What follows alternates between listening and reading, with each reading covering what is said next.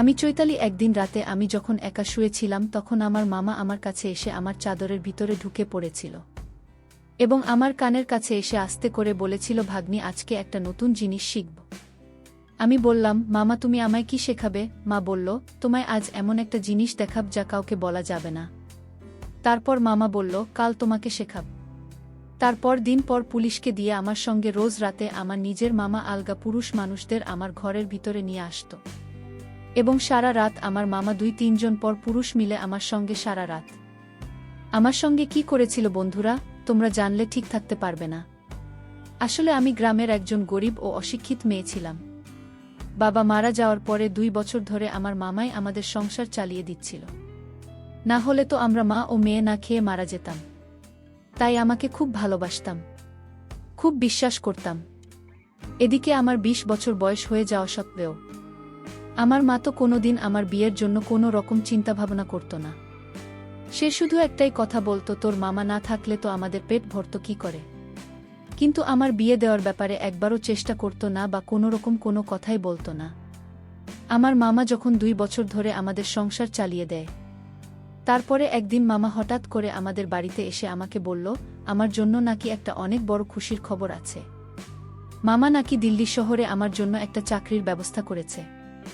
মামার কথা শুনে তো আমার মা ভীষণ খুশি হয়েছিল, কিন্তু আমি নিজে অনেক বেশি ভয় পেয়েছিলাম। কারণ আমি অনেক গরিব ও অশিক্ষিত মেয়ে ছিলাম এবং জীবনে কোনোদিন শহরে যাইনি। তাই শহরের পরিবেশটা যে কেমন সেটার ব্যাপারে কিন্তু আমার কোনো ধারণাই ছিল না। আমি তখন আমার মামাকে বলেছিলাম, মামা, আমি শহরে গিয়ে কি কাজ করব? তুমি আমার জন্য এমন কোনো চাকরির ব্যবস্থা করেছ যে তুমি এত খুশি আছে এবং আমাকে শহরে নিয়ে যেতে চাইছ। এমনকি আমি তো সেলাই ও মেশিনের কাজ জানি না। মামা, তাহলে আমি শহরে গিয়ে কি কাজ করব? মামা তখন আমার কপালে হাত রেখে বলেছিল, আরে পাগলি, তুই এত ভাবিস না। নিজের মামার উপর ভরসা রাখো। আর এত চিন্তা করার কি আছে, আমি তোকে শহরে নিয়ে যাব এবং যেখানে নিয়ে যাবে সেখানকার কর্মচারীরা তোকে সব কিছু শিখিয়ে দেবে। আমি ওখানকার ব্যাপারে সব কিছু খোঁজখবর নিয়ে এসেছি। এমনকি কিছুদিন আগে আমি নিজে গিয়ে সেখানকার পরিবেশ দেখে এসেছি এবং তুই সেখানে গিয়ে কিছুদিনের মধ্যে সেখানকার সব কাজকর্ম শিখে যাবে এবং অনেক টাকা মাইনে পাবে। তাহলে তোর মায়ের উত্তর কোনো অসুবিধে বা টাকার জন্য কোনো কষ্ট হবে না এবং তোর জীবনটাও পাল্টে যাবে। অনেক টাকা পয়সা জমিয়ে 1 বছরের মধ্যে তোর বিয়েটাও আমরা দিতে পারব। এমনিতেই তো তোর বয়স 24 বছর হয়ে গেছে এবং বিয়ে দেওয়ার মতো ক্ষমতা তো আমাদের নেই। তাই তুই যখন সেখানে চাকরি করবি সেই চাকরির টাকা জমিয়ে তোর বিয়ে আমিও তোর মা মিলে দিতে পারব। আমার কথা শুনে আমার মা ও তখন আমাকে শহরে পাঠাতে রাজি হয়েছিল এবং মা যখন আমাকে শহরে পাঠাতে রাজি হয়েছিল তখন আমার ইচ্ছে না থাকা সত্ত্বেও কিন্তু আমি আমার মামার সঙ্গে শহরে যেতে রাজি হয়েছিলাম। যেহেতু আমার মা চেয়েছিল আমি যাতে শহরে যাই, আসলে আমার বাবা মারা যাওয়ার পর থেকে কিন্তু আমার মামা আমাদের বাড়িতে থাকতেন। কিন্তু কোনোদিন স্বপ্নেও ভাবতে পারেনি যে আমার মামা আমার সঙ্গে এইরকম বিশ্বাসঘাতকতা করবেন। বাবা মারা যাওয়ার পরে আমি তোমাকে বাবার মতো করে মনে করতাম, কিন্তু স্বপ্নেও ভাবতে পারেনি যাকে আমি বাবা মনে করব সে আমার সঙ্গে এরকম করবে। মামা ও মায়ের কথা শুনে আমিও তখন শহরে যাওয়ার জন্য খুব উত্তেজিত ছিলাম এবং 2 দিন পরে আমার মা আমাকে মামার সঙ্গে শহরে পাঠিয়ে দেয়। জীবনে প্রথমবার শহরের পরিবেশ দেখেছিলাম এবং খুব ভাল লেগেছিল, কিন্তু জানতাম না যে এই ভাল লাগার মধ্যে আমার জীবনের খারাপ দিনটা এগিয়ে আসছে। তারপর শহরে পৌঁছানোর পরে একটা গলির ভেতরে দিয়ে মামা আমাকে নিয়ে যাচ্ছিল এবং সেই গলির ভিতর দিয়ে একটা অনেক বড় বাড়িতে আমার মা আমাকে নিয়ে প্রবেশ করেছিল। বাড়িতে ঢুকতে আমি ও আমার সোফার মধ্যে বসে পড়েছিলাম এবং অত বড় বাড়িতে আমি ঘুরে ঘুরে দেখছিলাম, কারণ অত বড় বাড়ি তো আমি আমার জীবনে কখনো দেখিনি। তারপর কিছুক্ষণ পরে দোতলা থেকে একজন মোটাসোটা মহিলা নিচে নেমে এল এবং তার সঙ্গে আরও 2-3 জন পুরুষ মানুষ ছিল। মহিলাটি মুখের মধ্যে পাঞ্চি বোধ ছিল, তার কপালে একটা লাল রঙের বড় টিপ ছিল এবং তার সাজগোজ ভীষণ অন্যরকম ছিল। সে নিজের খোপার মধ্যে লাল রঙের ফুল লাগিয়ে রেখেছিল এবং অনেক গয়নাও পরেছিল। ওনাকে দেখার পরে আমি বুঝতে পেরেছিলাম যে উনি হয়তো এত বড় বাড়ির মালকিন। তারপর আমাকে ও মামাকে দেখার পরে মামার সঙ্গে ওই মহিলার কথোপকথন শোনার পরে বুঝতে পারলাম যে মামা ওই মহিলাটিকে খুব ভালোভাবে চিনি। তারপর ওই মহিলাটি আমার পা থেকে শুরু করে উপর পর্যন্ত খুব ভালোভাবে দেখতে শুরু করল। এবং আমাকে দেখার পরে আমাকে বলল, "কি রে বাবু, এত বয়স্ক মেয়েকে নিয়ে এসেছিস? তুই তো জানিস আমার এখানে ৩০ বছর পরে আর কোনো দাম থাকে না।" আমার মামার নাম বাবলু। তখন আমার বাবলু মামা ওই মহিলার সামনে হাত জোর করে বলল, "মালকিন আমার ভাগ্নে, কিন্তু একদম খাঁটি, আজ পর্যন্ত কোনো ছেলের সাথে কোনো কথা বলেনি। আপনি আমার ভাগ্নিকে কাজে লাগালে অনেক লাভবান হবেন।" ওই সময় আমার মামা ওই মহিলার মাঝে কথাগুলো শুনে আমি বুঝতে পেরেছিলাম যে আমার সঙ্গে অনেক বড় অন্যায় হতে যাচ্ছিল। তারপর আমার মামার কথাগুলো শুনে ওই মহিলা আমার মামাকে নগদ ৫,০০০ টাকা দিয়ে বলেছিল, "এর থেকে আর ১ টাকাও বেশি তোকে দিতে পারব না। তাই দরকার হলেই টাকাটা নিতে পারিস, আর না হলে তোর ভাগ্নিকে নিজের সঙ্গে করে বাড়ি নিয়ে যেতে পারিস।" তারপর ৫,০০০ টাকা হতে নীল আমার মামা অনেক খুশি হয়ে ওই মহিলার পাথরে প্রণাম করে সেখান থেকে বেরোতেই যাচ্ছিল। ঠিক তখনই আমি সবকিছু বুঝতে পেরে আমার মামার কাছে যাচ্ছিলাম, এটা বলার জন্য যে সে আমার সঙ্গে অনেক বড় অন্যায় করেছে। কারণ আমার মামা আমাকে সেখানে ওই মহিলার কাছে বিক্রি করে দিয়েছিল। আমার নিজের মামা আমাকে ৫,০০০ টাকার জন্য বিক্রি করে দিয়েছিল।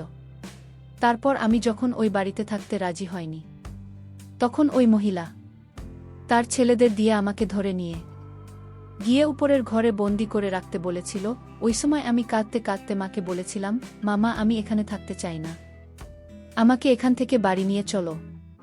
তুমি আমাকে এভাবে বিক্রি করতে পারো না। আমি বাড়ি যেতে চাই, আমাকে আমার মায়ের কাছে নিয়ে চল। দয়া করে আমায় এখানে ফেলে যেও না।" কিন্তু আমার মামা তো আমার দিকে আর ফিরেও তাকায়নি এবং সেখানে আমাকে রেখে চলে গিয়েছিল। তারপর ওই মহিলাটি যখন আমাকে একটা ঘরে বন্দি করে রেখে দেয়, তখন আমি অনেক বেশি অস্থির হয়ে পড়েছিলাম নিজের বাড়ি ফিরে যাওয়ার জন্য, এবং আমি ভয়ে জোরে জোরে কাঁদতে শুরু করেছিলাম। কারণ স্বপ্নেও ভাবতে পারিনি যে আমার নিজের মামা আমাকে শহরে নিয়ে আসার পরে এমন একটা জায়গায় বিক্রি করে দেবে। তারপর সেদিন সারাদিন আমাকে ঘরে বন্দি করে রেখেছিল।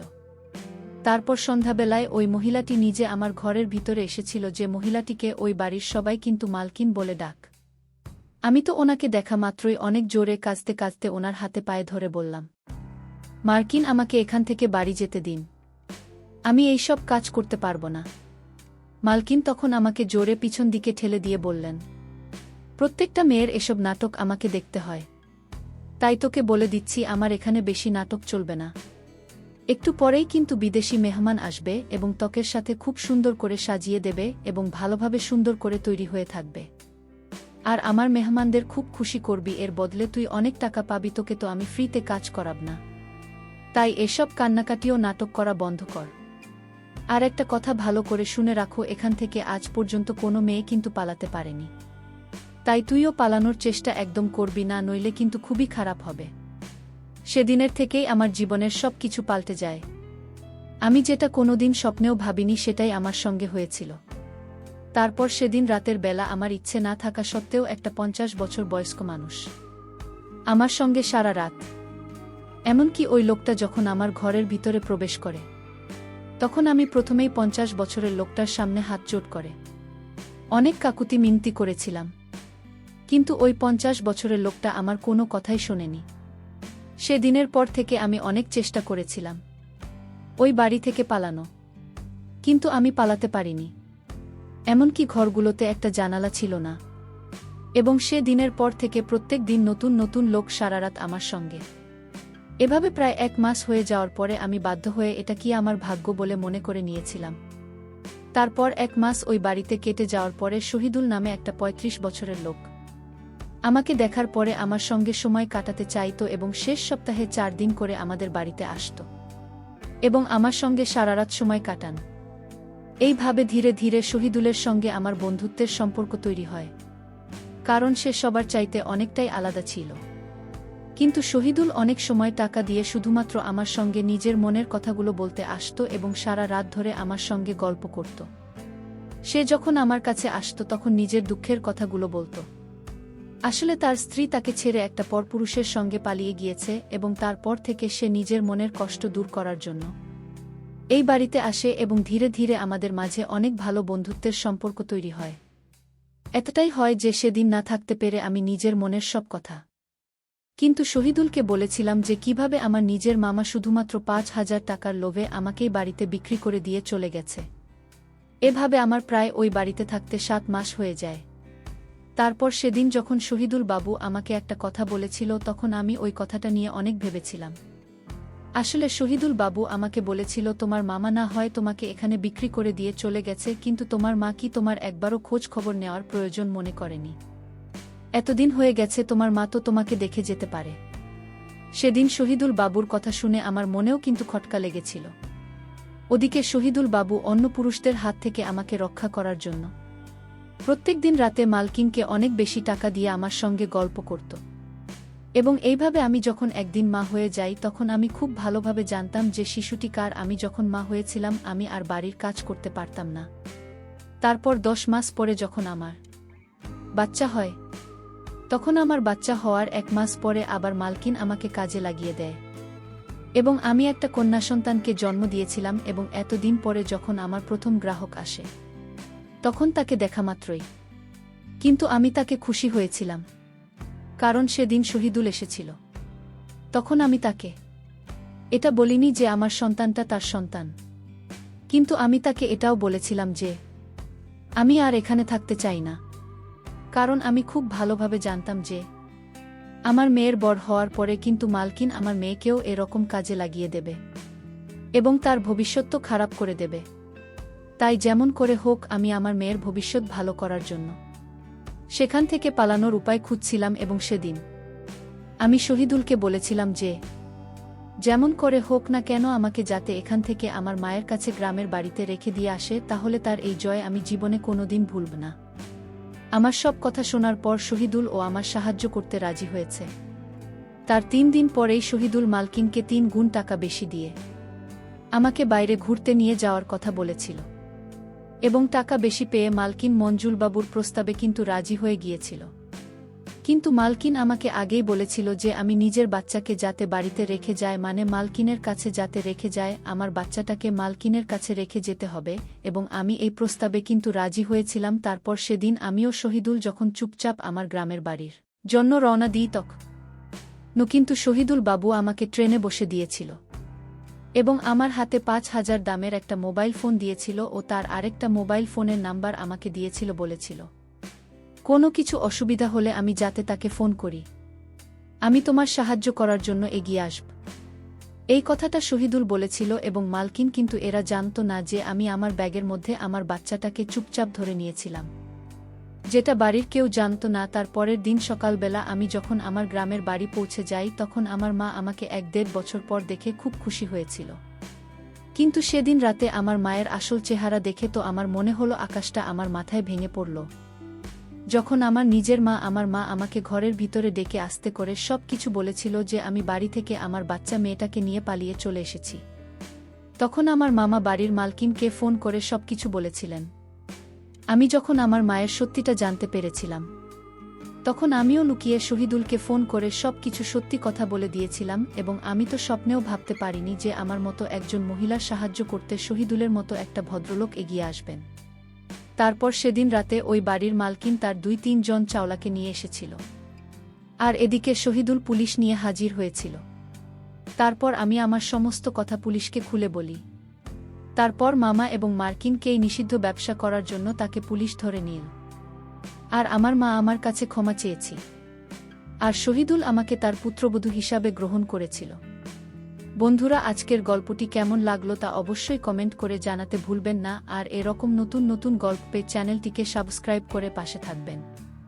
ধন্যবাদ। নই